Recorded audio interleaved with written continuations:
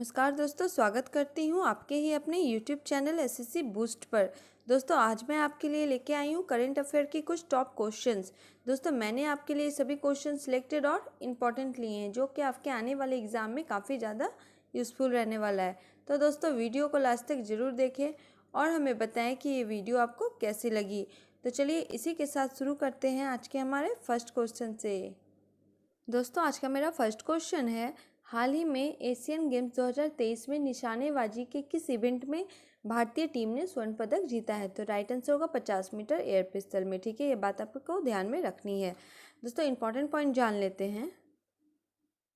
दोस्तों important point है, स्वप्निल कुसाले, ऐश्वर्य तोमर, अखिल सयोरान की पुरुष टीम ने भारत को 50 मीटर राइफल 3P इवेंट में स्वर्ण पदक जीता है। ठीक है, साथ में बात करें महिला टीम की तो वही ईशा, दिव्या और पलक की महिला टीम ने 10 मीटर एयर पिस्टल इवेंट में सिल्वर मेडल जीता है। ठीक है, ये बात भी आपको ध्यान में रखनी है। और दोस्तों भारत एशियन गेम्स 2023 अब तक 10 गोल्ड मेडल जीत चुका है। इसके साथ ही भारत पदक सूची में चौथे नंबर पर आ चुका है। ठीक है, ये बात भी आपको ध्यान में रखना है। चलते हैं अगले क्वेश्चन की ओर।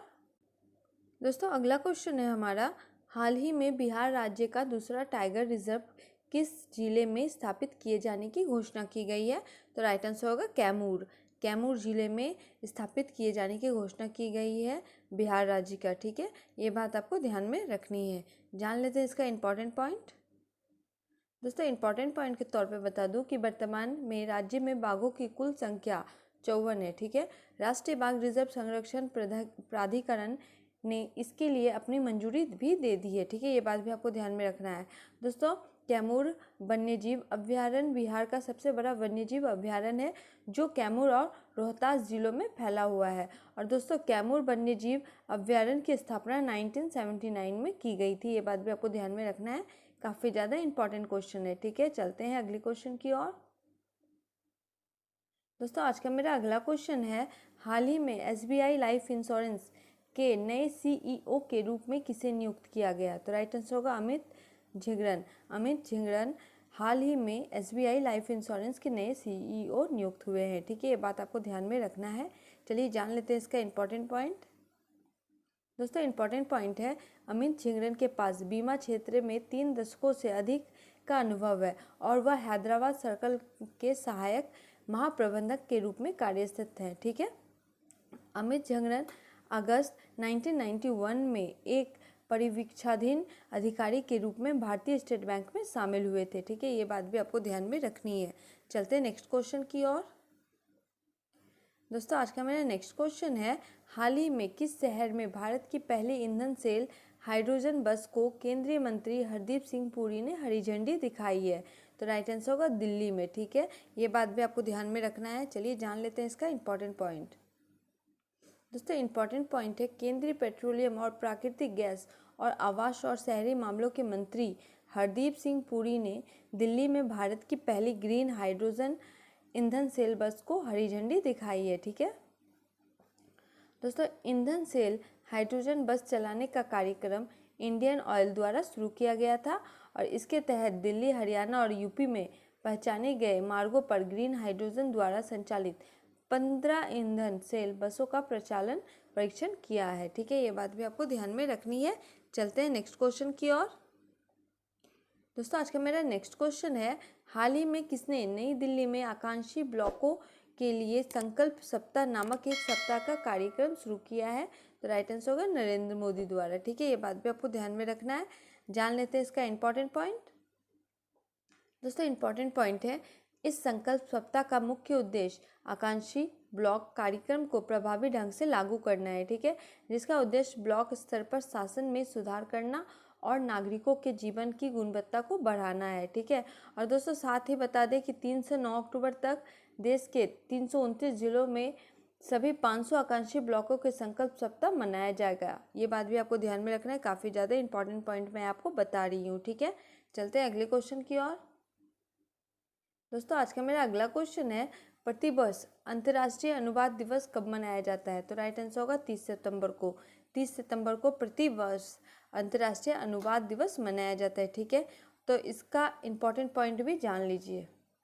दोस्तों 24 मई 2017 को संयुक्त राष्ट्र महासभा ने 30 सितंबर को अंतर्राष्ट्रीय अनुवाद दिवस के रूप में घोषित किया था और साथ ही अंतर्राष्ट्रीय अनुवाद दिवस 2023 की थीम अनुवाद मानवता के कई चेहरों को उजागर करता है। ठीक है, ये बात भी आपको ध्यान में रखना है। चलते हैं अगले क्वेश्चन की ओर। दोस्तों अगला क्वेश्चन है हमारा, हाल ही में यस बैंक ने होलसेल बैंकिंग के लिए नए कंट्री हेड के रूप में किसे नियुक्त करने की घोषणा की है। दोस्तों क्वेश्चन को अच्छी तरह से समझिएगा, तभी इसका आंसर आपको रिवीजन रहेगा। ठीक है, हाल ही में यस बैंक ने होलसेल बैंकिंग के लिए नए कंट्री हेड के रूप में किसे नियुक्त करने की घोषणा की है। तो राइट आंसर होगा मनीष जैन को। ठीक है, जान लेते हैं इसका इंपॉर्टेंट पॉइंट। दोस्तों मनीष जैन रवि थोटा का स्थान लेंगे। ठीक है, मनीष जैन के पास भारतीय प्रबंधन संस्थान बेंगलुरु से बिजनेस एडमिनिस्ट्रेशन में मास्टर और उनके पास लगभग 3 दशकों का पेशेवर अनुभव भी है। ये बात भी आपको ध्यान में रखनी है। चलते हैं अगले क्वेश्चन की ओर। दोस्तों अगला क्वेश्चन है हमारा, हाल ही में इंटेल इंडिया के नए अध्यक्ष के रूप में किसे नियुक्त किया गया है। तो राइट आंसर होगा गोकुल सुब्रमण्यम।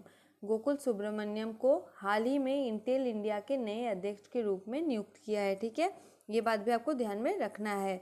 चलते हैं इसका इंपॉर्टेंट पॉइंट की ओर। दोस्तों इंपॉर्टेंट पॉइंट है इसका, गोकुल सुब्रमण्यम वर्तमान में क्लाइंट कंप्यूटिंग ग्रुप में उपाध्यक्ष है और क्लाइंट प्लेटफॉर्म और सिस्टम के महाप्रबंधक के रूप में कार्यरत है। ठीक है, ये बात भी आपको ध्यान में रखना है। चलते हैं अगले क्वेश्चन की ओर। दोस्तों आज का मेरा अगला क्वेश्चन है, हाल ही में टाइम्स हायर एजुकेशन द्वारा जारी वर्ल्ड यूनिवर्सिटी रैंकिंग 2024 में भारत का कौन सा स्थान शीर्ष पर है। तो राइट आंसर होगा भारतीय विज्ञान संस्थान बेंगलोर। ठीक है, जान लेते हैं इसका इंपॉर्टेंट पॉइंट।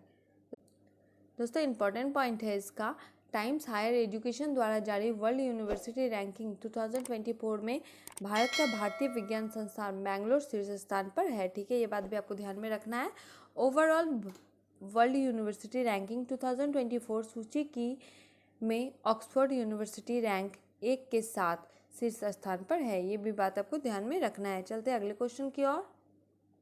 दोस्तों अगला क्वेश्चन है हमारा, निम्नलिखित में से किस शहर में भारतीय भाषा उत्सव कार्यक्रम आयोजित किया जा रहा है। तो राइट आंसर होगा लखनऊ में। ठीक है, ये बात भाई आपको ध्यान में रखनी है। चलिए जान लेते हैं इसका इंपॉर्टेंट पॉइंट। दोस्तों इंपॉर्टेंट पॉइंट है, इस कार्यक्रम में पद्मश्री पुरस्कार विजेता और विभिन्न भारतीय भाषाओं के प्रतिनिधि भाग ले रहे हैं। ठीक है, भारतीय भाषा उत्सव 11 दिसंबर तक जारी रहेगा, जो प्रसिद्ध तमिल कवि सुब्रमण्यम भारती का जन्म दिवस भी है और जिसे भारतीय भाषा दिवस के रूप में भी मनाया जाता है। ठीक है, ये बात भी आपको ध्यान में रखना है, काफ़ी ज़्यादा इंपॉर्टेंट पॉइंट है। चलते हैं अगले क्वेश्चन की ओर।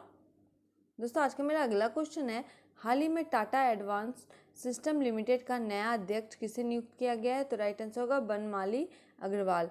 बनमाली अग्रवाल को हाल ही में टाटा एडवांस सिस्टम लिमिटेड का नया अध्यक्ष नियुक्त किया गया है। ठीक है, जान लेते हैं इसका इंपॉर्टेंट पॉइंट। दोस्तों इंपॉर्टेंट पॉइंट है, बनमाली अग्रवाल विजय सिंह का स्थान लेंगे और दोस्तों इससे पहले बनमाली अग्रवाल टाटा सन्स के विशिष्ट सलाहकार के रूप में भी कार्य कर चुके हैं और टाटा इलेक्ट्रॉनिक्स में अध्यक्ष का पद भी संभालते हैं। ठीक है, ये बात भी आपको ध्यान में रखना है। चलते हैं अगले क्वेश्चन की ओर। दोस्तों अगला क्वेश्चन है हमारा, हाल ही में भारतीय रिजर्व बैंक ने इंटरनेशनल फाइनेंस कॉरपोरेशन को किस बैंक में हिस्सेदारी हासिल करने की मंजूरी दी है। तो राइट आंसर होगा फेडरल बैंक को। ठीक है, ये बात आपको ध्यान में रखनी है। आइए जान लेते हैं इसका इंपॉर्टेंट पॉइंट। दोस्तों इंपॉर्टेंट पॉइंट है, भारतीय रिजर्व बैंक ने इंटरनेशनल फाइनेंस कॉरपोरेशन को फेडरल बैंक में 9.7% हिस्सेदारी हासिल करने की मंजूरी दे दी है। ठीक है, और दोस्तों फेडरल बैंक लिमिटेड का भारतीय निजी क्षेत्र का बैंक है, जिसका मुख्यालय कोच्चि केरल में है। ठीक है, ये बात भी आपको ध्यान में रखना है। चलते हैं अगले क्वेश्चन की ओर। दोस्तों आज का मेरा अगला क्वेश्चन है, हाल ही में एशियाई खेलों में महिला एकल टेबल टेनिस प्रतियोगिता के क्वार्टर फाइनल में पहुंचने वाली पहली भारतीय कौन बनी है। तो राइट आंसर होगा मनिका बात्रा। ठीक है, जान लेते हैं इसका इंपॉर्टेंट पॉइंट। दोस्तों इंपॉर्टेंट पॉइंट है, चीन में आयोजित हो रहे 19वें एशियाई खेलों में मनिका बात्रा ने क्वार्टर फाइनल मैच में थाईलैंड की खिलाड़ी को मात दी है। ठीक है दोस्तों, मनिका बात्रा अब सेमीफाइनल में जगह बनाने और पदक पक्का करने के लिए चीन की बांग येडी के खिलाफ खेलेगी। ये बात भी आपको ध्यान में रखना है, काफ़ी ज़्यादा इंपॉर्टेंट पॉइंट है। चलते हैं अगले क्वेश्चन की ओर। दोस्तों आज का मेरा अगला क्वेश्चन है, हाल ही में भारत ने किसके साथ मिलकर एक संयुक्त क्षमता निर्माण पहल की शुरुआत की है? तो राइट आंसर होगा संयुक्त राष्ट्र के साथ मिलकर। ठीक है, जान लेते हैं इसका इंपॉर्टेंट पॉइंट।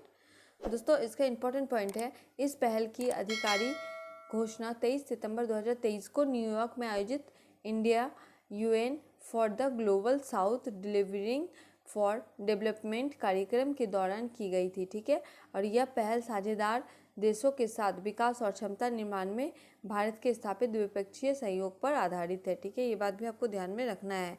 दोस्तों चलते हैं आज के लास्ट क्वेश्चन की ओर। दोस्तों आज का मेरा लास्ट क्वेश्चन है, हाल ही में देश के पहले फोटोग्राफी संग्रहालय का उद्घाटन किस शहर में किया गया है? तो राइट आंसर होगा मसूरी में। ठीक है दोस्तों, इंपॉर्टेंट पॉइंट के तौर पे बता दूं कि उत्तराखंड के पर्यटन और संस्कृति मंत्री सतपाल महाराज ने विश्व पर्यटन दिवस के अवसर पर उत्तराखंड के मसूरी में जॉर्ज एवरेस्ट फोटोग्राफी संग्रहालय का उद्घाटन किया है। ठीक है, ये बात भी आपको ध्यान में रखना है, काफ़ी ज़्यादा इंपॉर्टेंट पॉइंट है। दोस्तों आपको हमारी आज की वीडियो कैसी लगी आप हमें कमेंट करके ज़रूर बताएं। वीडियो पसंद आने से वीडियो को लाइक करना, शेयर करना ना भूलें। और जो स्टूडेंट इस चैनल पर नए हैं वो आपके ही अपने यूट्यूब चैनल एसएससी बूस्ट को ज़रूर सब्सक्राइब कर दें, साथ ही बेल आइकन प्रेस करना ना भूलें। तो मिलते हैं नेक्स्ट वीडियो में, तब तक जय हिंद।